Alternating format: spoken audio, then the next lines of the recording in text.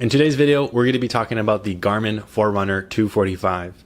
And I think this smartwatch or fitness tracker is finally a replacement for my Pebble Time. I really love that watch. I think the Pebble Time was way ahead of its time. And I'll explain why I think it's a very good contender to replace it. Now, there are a lot of videos on the internet already that focus on the running aspect of it. This is the Forerunner, right? After all, it has the name runner. I'm going to be focusing more on kind of fitness tracking, strength training, smartwatch kind of features like notifications, and of course sleep tracking because it has the pulse ox. So let's jump into this video, let's do a quick unboxing, and let's get into the review.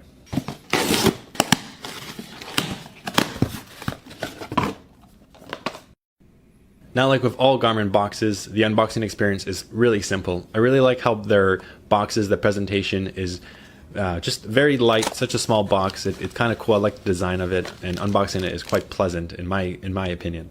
And in terms of the box size and how compact it is and how light it is, it really goes to show how light and compact the actual smartwatch or fitness trackers actually are. The first thing I want to talk about is the physical look of the watch and how it feels on the wrist. Right off the bat, it feels really nice. It's super light. I really like the design. It kind of reminds me of the Fossil Sport kind of design.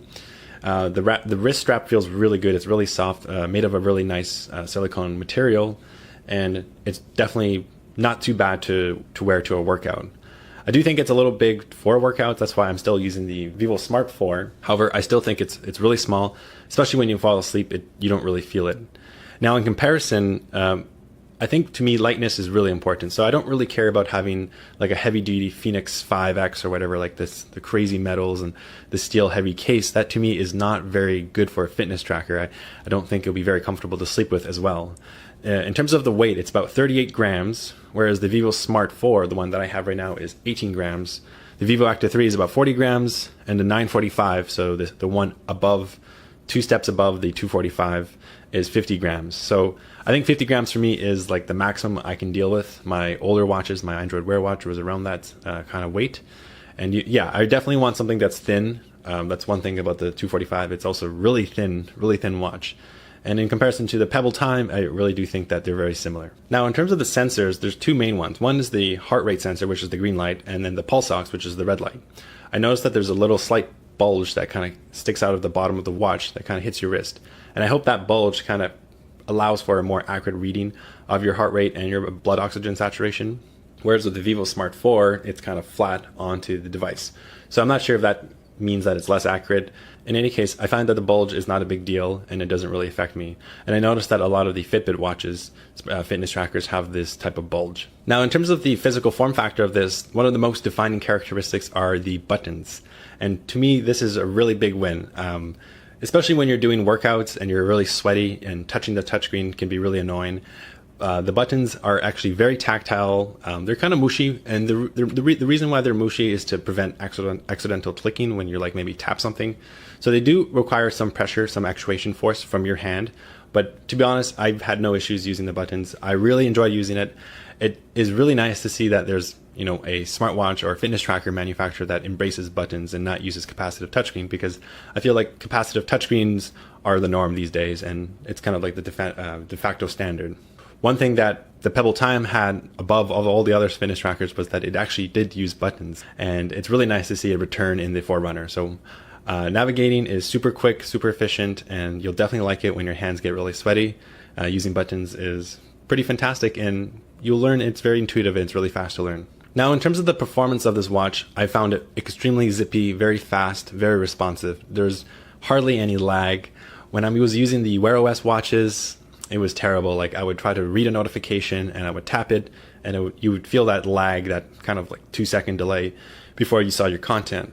With the Forerunner 245, when I use buttons or like tap into menus, it's instant and it feels really good. That's how a smartwatch should be. It shouldn't be a cumbersome to your day-to-day life. You should just be able to like see the information you want at a glance and just go about your day-to-day life. So the next thing I want to talk about are the smart features, and in particular, the smart notifications. And this to me is probably my favorite feature of the Forerunner 245. I think the way that they implemented smart notifications is absolutely fantastic. Now let's start when you first see a notification, you'll get a little title. The little title is what on Android you'll see like kind of like two parts of your notification. One is a title and one is the content. So you'll see the title, it'll flash, gives you that context, and then half a second later, you'll see the content of your notification. And the way it's presented on the actual watch, the actual screen, is done so well because the screen is pretty big, and you can see all your content really fast, and it's just getting a little vibrate, getting a little nudge, and seeing the notification, and being able to kind of just digest it really quickly, and then return back to your day-to-day life is well executed, well implemented. So kudos to Garmin on making notifications so good. Now, on top of that, interacting with the notifications is absolutely fantastic. Just diving into the content of that notification and then scrolling down and then seeing all the actions, all the contextual actions for that notification is amazing. Now, this is exclusive to Android. Android has this feature where you can interact with notifications. Developers have the API. They have a developer kit to basically put special actions into notifications. So for example, let's say you're using a public transit app like Transit Now, and you want to set a timer. Well, let's say you're tracking a bus. You can set a timer for 0 minutes, and it just kind of works flawlessly on the watch. So, doing things like muting notifications for Facebook or giving a like, I really like that, and it's definitely something I miss when I have like a more basic implementation of smart notifications, is that with the Vivo Smart 4, you can only just read notification. You can't dismiss it. You can't interact with it. So notifications are really fun to interact with. Now with the Forerunner 245, there's this notion of widgets. As you scroll up and down the main menu, you use the buttons, the up and down navigation buttons, to navigate through different widgets. And one of the widgets that you can customize, and there's also ordering you can do, I'll explain this later, but you can basically specify the order of widgets, and one widget is called notifications. And I really like this widget because it's kind of similar to Wear OS, but you can swipe up, you can see all your notifications at a glance. Here you can just go to that widget, simply swipe up or press the button to go up.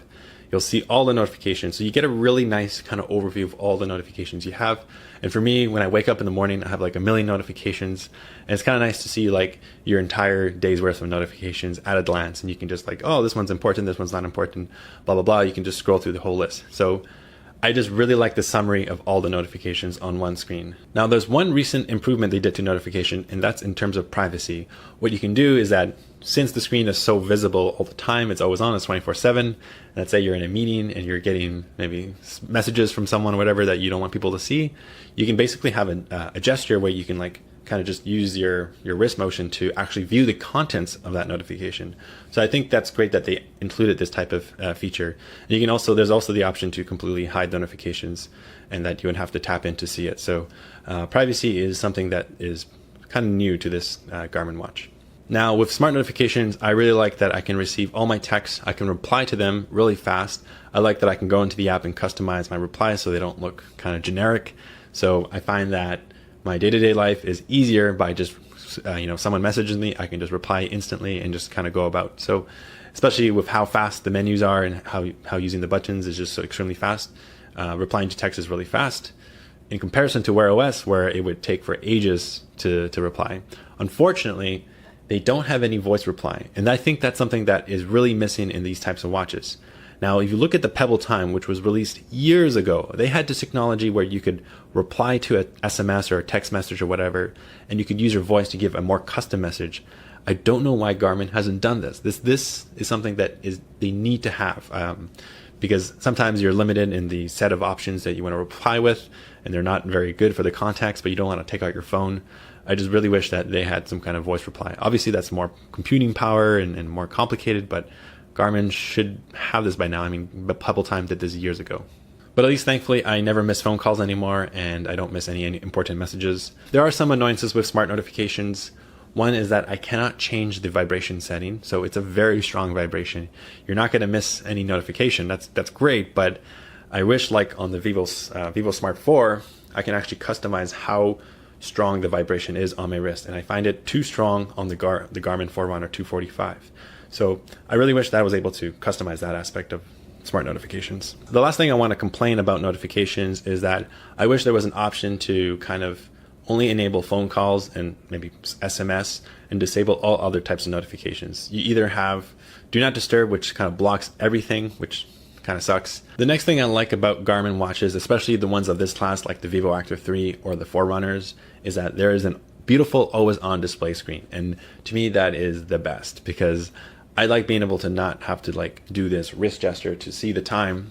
I like being able to just quickly glance at it and, just see the time. That's how a watch should work. And in terms of watch faces, there are so many customizable watch faces on the market that you can download for free. The favorite one I'm going to show right now, you can see it has beautiful font, it has the weather and stuff like that. Unfortunately, a lot of custom widgets out there, you can't have the combination of your next calendar event and the weather. I feel like calendar event is something that is custom to the Garmin watch face. Now, there is a proprietary Garmin watch face that allows you to have three types of complications on your smartwatch, where you can have the calendar event and the weather and yada yada. So that's nice, but I kind of wish that there was more flexibility in the third-party watch face market. The next widget I think is my second favorite, next to notifications, is the calendar widget. And the way that they implemented calendar widgets is absolutely amazing. Depending on the order where you put your calendar, it can be like the first one that you scroll when you scroll down. And what you can see is your entire day's worth of calendar events. And I think this is really nice for people who are working kind of busy jobs and they have a lot of calendar meetings. It's really nice to stay on top of your meetings and not miss meetings because it's very rude. And obviously having the watch face with the next upcoming appointment or next meeting is very handy to have as well. So the overview of seeing all your calendar events is well implemented, very legible, very easy to see on this screen. And in terms of setting up the calendar events and all the calendars, it was extremely easy. It kind of just knew all my Google Calendar events. So if you're on Google, Google Calendar, whatever, everything is auto-synced. All my work stuff was there too. So really easy, no setup required. Okay, so moving down the list, my next favorite feature is the strength training app or kind of activity. Now, this is so important for any watch I buy. I noticed that a lot of the Samsung Galaxy Active, the kind of like other watches out there like the Fitbits and the Wami or the Amazfit and all those types of third-party watches out there, fitness trackers, they don't do rep tracking, so rep counting. And what I mean by that is when you go to the gym and you want to do a strength conditioning exercise, lifting weights, all that fun stuff, you want to be able to kind of, understand what set you're on, how many reps you've done per set, and then basically have breaks between sets. And this to me is so important for me to stay focused in my gym workouts, because I can, not doodle around and kind of walk around and do nothing, because I can see the time I take between sets. So when I notice that when I don't have my fitness tracker, I'll like do a set. Let's say I do 8 chest press, put the weight down, take a break, and then I'm kind of just walking around looking at my phone, not really focused, and maybe 5 minutes has passed between the next set. So I think being able to kind of hold yourself accountable using these fitness trackers, these strength training rep counters, and seeing how much time has elapsed since the last set is extremely important in terms of just getting into gym, doing your exercises, and then getting out. Now, with that in mind, the Garmin Forerunner 245, like all other Garmin fitness trackers, even the Vivo Smart 4, this little tiny guy, can do a decent job at kind of counting your reps. However, if you are very stringent on the type of exercise you're trying to record, it's not very accurate. Let's say, for example, you're doing a squat, it thinks you're doing a chest press. So that, to me, really sucks in the sense that to get an accurate log or a diary of all the exercises you did for that given day, that given exercise, it's not going to work. It's just, you definitely have to go into the app and then customize and edit everything. And that is terrible, because the funny thing is Wear OS is really good at guessing the correct exercise you're doing. It has this machine learning algorithm that learns over time. It knows the exact movement. It's super detailed. It knows a squat between a chest press. It works super accurate. And I don't know why Garmin can't get this accurate. Now, a lot of other watches, the ones higher up, have different types of sensors like a barometer and all these other fancy sensors and stuff like that. I wonder if they're actually more accurate, but I heard they're not. I think they're just using basic accelerometer sensor information, and they're just using a very simple algorithm to kind of guess what kind of exercise you're doing. So all in all, it doesn't work. It's not very accurate. However, I discovered this really cool feature called auto set. Now, what auto set is basically you just turn on your watch, you start fitness tracking or strength training tracking, whatever, and you just do your exercises. And what it'll do is actually detect the repetitive motion you're doing, and then it'll start a set, and it'll actually start the set at the right time. And then when you stop that exercise, you stop that movement, that repetitive movement, let's say after 8 reps, and you just kind of like just break and get a drink of water, it automatically detects when that set is done. And this to me is absolutely amazing. I didn't know this feature actually existed on the Vivo Smart 4, and actually it does. I went to the manual, And the thing is, for the Vivo Smart 4, you have to go into the Garmin app, Connect app, and then enable that for that specific strength training exercise or activity option. Within the Garmin 245, you just go into the strength training, and then you just go to the options, and you can just turn it on. Now, what I noticed between these two watches, the Vivo Smart 4 and the Garmin Forerunner 245, is that sometimes you'll be doing an exercise, you'll stop, and then you'll walk around, maybe walk around the gym, drink some water, and then it'll kind of detect an exercise, like you started an exercise because maybe you moved your hand a couple times, more than 4 times, 4 reps, and it'll start a new exercise. And that was really annoying with the Vivo Smart 4. This one was very inaccurate. I noticed, it does happen very rarely, but I noticed with the Garmin Forerunner 245 that it actually doesn't actually start, it doesn't falsely start a new exercise. It's pretty accurate in terms of starting and stopping exercises. So I found that feature, the auto set feature, pretty amazing for the strength training app. So if you don't care about the type of exercises and you just want to make sure that you stay focused in the gym, know the time you do between sets, see some really cool information. You can see your heart rate zones, you can see the time, you can see the lapse time for the entire workout. If you can deal with those little quirks and you don't mind maybe editing the exercises after you do the exercise, it's pretty good. I really like it. I think given that beggars can't be choosers, I mean, Wear OS and Garmin has this feature. If you know any other fitness tracker or smartwatch that does this just as well, please let me know, because I know the Samsung was a terrible implementation. I don't know if Apple iWatches do that or whatever. And I want to make one quick note between Wear OS implementation of rep counting and in terms of the strength training app versus Garmin watches. The one thing I kind of like more about Garmin watches, although the Wear OS is more accurate in detecting the correct type of exercise you are performing, the one thing I like about the Garmin watches is that when you, perhaps through auto set, stop your kind of set and you're just taking a break, there's just a timer that elapses. It's saying, 1, 2, 3, blah, blah, blah. Like, it's counting the time between your next set.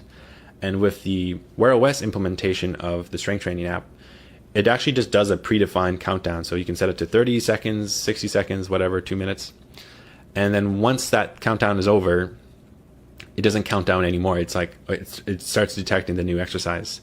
With the Garmin, you kind of have to start the new exercises. So you can actually, I feel like it's more accurate to determine the time you're actually lifting versus the time you're resting, and knowing the time between sets of how much time has elapsed. Let's say you took a 3-minute break between 2 sets of chest presses.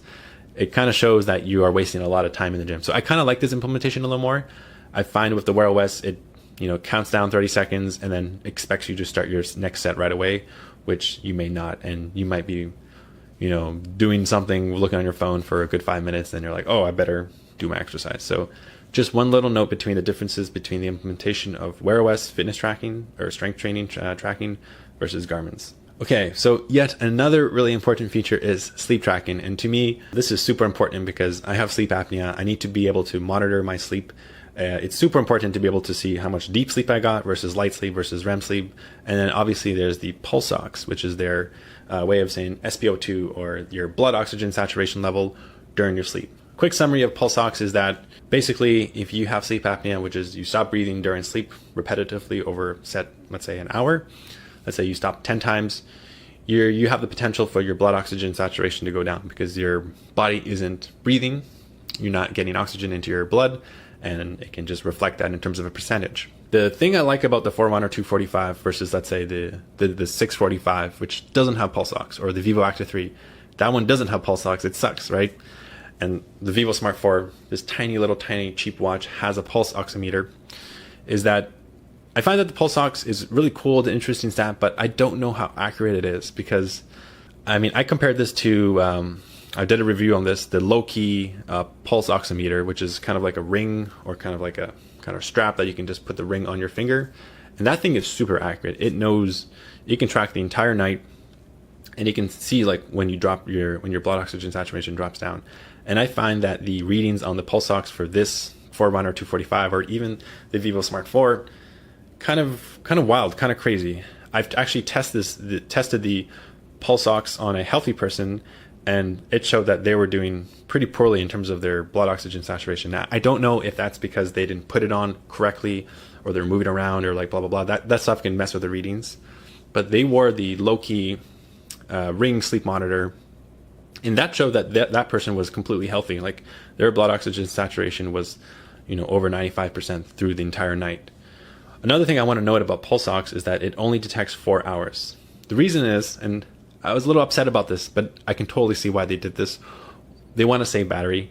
The pulse ox is this big red glowing light, which doesn't bother you during sleep because you're pretty much well asleep at that point. It uses a lot of battery. The algorithm of the the Garmin watch needs to say like, okay, this person has been into sleep. Okay, let's initiate the pulse ox monitoring. And then this person is probably going to get out of sleep soon, so let's stop it. So it consistently measures 4 hours. And that, I think, is a good sample. 4 hours is a lot of time. It can kind of give you a fair assessment of how well you're doing. But unfortunately, I just don't know how accurate it is. And I kind of use it as more of a relative, the percentages. So let's say one night I had an average of 93%. That's not bad. It's not great. But then some nights when I'm feeling really terrible and I wake up the next morning and I know I had a lot of apneas, I didn't use my CPAP therapy, I notice that there is a dip in the average SpO2 percentage, maybe like 90% or something like that. Maybe using the relative stats of this pulse ox is helpful in some sense of seeing how well or how poorly you're doing in terms of sleep. So I take this information with a grain of salt, but I do think it's valuable. I think it's there for a reason. In terms of like general sleep tracking, I think it's very accurate. I actually compared this to like the Huawei Watch 2, the Fitbit Charge 3, this one here, the Vivo Smart 4. And in terms of the Huawei Watch 2, it's got a very accurate type of reading. The heart rate is like very accurate. And I noticed that in terms of start and stop and the amount of deep sleep versus REM sleep is pretty accurate. So, I mean, between all these watches, they're doing a really consistent, they're all very, I had like 3 sleep trackers on me at one point testing this out, and they all reported very similar types of data. So in terms of the non-pulse ox version of this, just the regular sleep tracking, I think it's very accurate. And given the size and how light this is and how compact and slim it is, I think it's a really good companion to go to sleep with every night. It doesn't really bother you. So in summary, if you really care about the pulse ox, I really recommend getting something like the low-key sleep ring monitor or the wrist strap sleep monitor. I think that's going to be more accurate in terms of measuring the actual drop in your SpO2 or your blood oxygen saturation reading. I would really use the pulse ox as more of a kind of relative judgment. And another thing I want to say is that I kind of wish that I was able to add notes to my sleep diary. I just kind of frustrates me that I can't go into my sleep and then, say like, I don't know, I didn't wear my CPAP machine that night, and I can correlate this data and see like, oh, I had 1 hour deep sleep. That was terrible. And here's the reason why. I really wish they had this simple add a note, like add a note to your sleep. It's kind of weird. So with the Connect app, looking at your sleep tracking data has much improved. I find that as soon as you wake up, all your sleep data is kind of synced over really fast. I remember a year ago, it would take a while for the algorithm or the computation to show your accurate sleep data. Now it's like pretty much instant, and obviously, like I said, very accurate. You can actually seek on the x-axis and see at the specific time, the specific Y value. So I really like how the Connect app has really made it really easy and very nice to see all your information for your sleep. Now, speaking of other sensors, the heart rate monitor is pretty damn accurate. I compared this to the low-key heart rate monitor, and that was pretty much perfect one-to-one. I also compared this to the Fitbit Charge 3 and the Huawei Watch 2, and I noticed that the heart rate is actually very accurate. And I noticed that during movement, like during exercise, the heart rate is still very accurate. And this could be attributed to the little bulge, kind of the improvement over this Vivo Smart 4. So all in all, I think the heart rate is very accurate and gives you pretty good results. Now, the one thing that is consistent amongst all Garmin fitness trackers and smartwatches is the Connect app. And I think that the Connect app is absolutely amazing. It's very intuitive. It looks very pretty. All the information is there. Like I said before, you can actually see the detailed information as you long press on that graph for your sleep data, for example. You can see all your activities. You can customize things. You can add things. It's just really good. The Connect app on your phone, under Android or iOS, is fantastic. Very customizable. Another thing that I like about their software is that there's actually a web app that's pretty comprehensive. You can go on your laptop or your desktop computer and see all your data there, and you pretty much get the same features. So I mentioned a lot of positives about the Garmin Forerunner 245. I really like this watch, but in terms of this being like the perfect watch, there are some things that I'm not too happy about. One is the cost. It's around $400 Canadian, plus tax and all that. For such an expensive watch, especially if you compare that to the Apple Watch or others, Android Wear OS watches.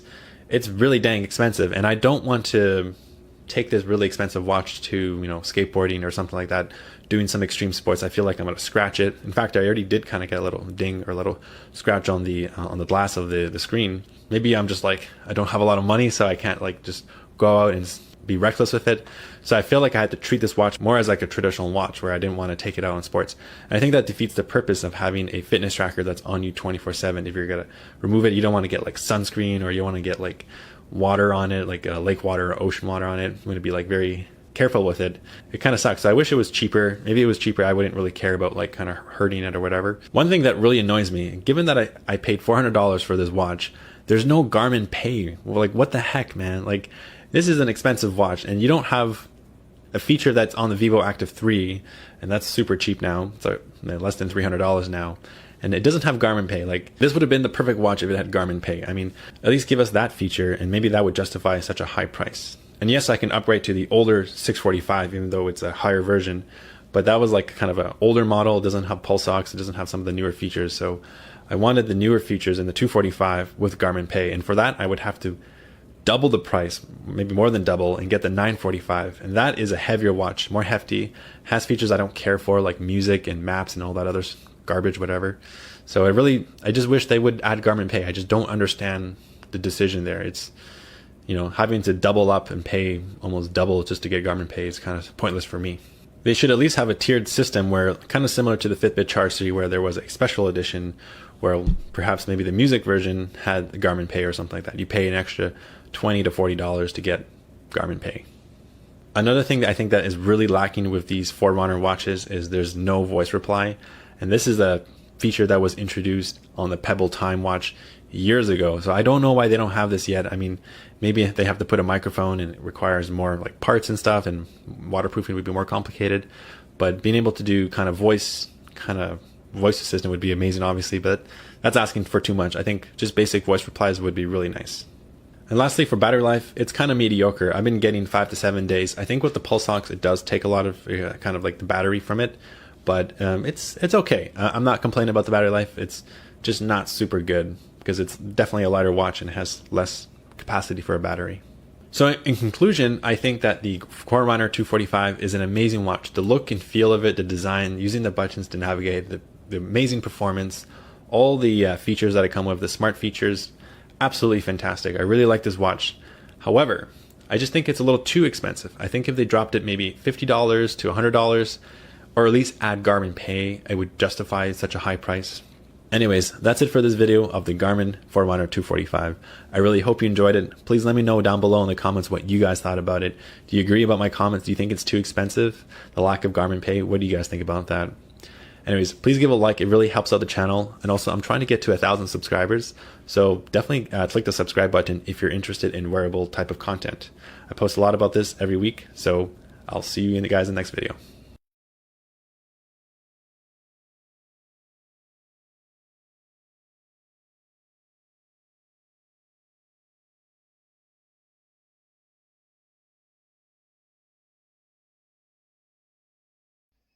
Amazing watch, can do multiple functions for you.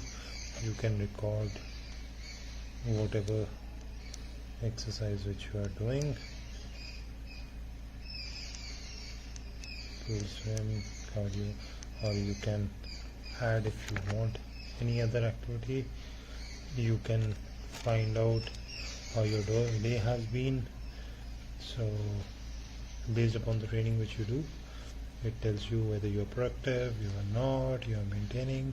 So these are the health stats, heart rate, these are the number of steps, calories which you have burnt, what is your SpO2 levels, any messages which you are getting, current environment stats. You can sync your calendar with it. There's a history of my last 30 days, this week, and this week what has been your activity, etc. So one of the most wonderful apps. Watch us.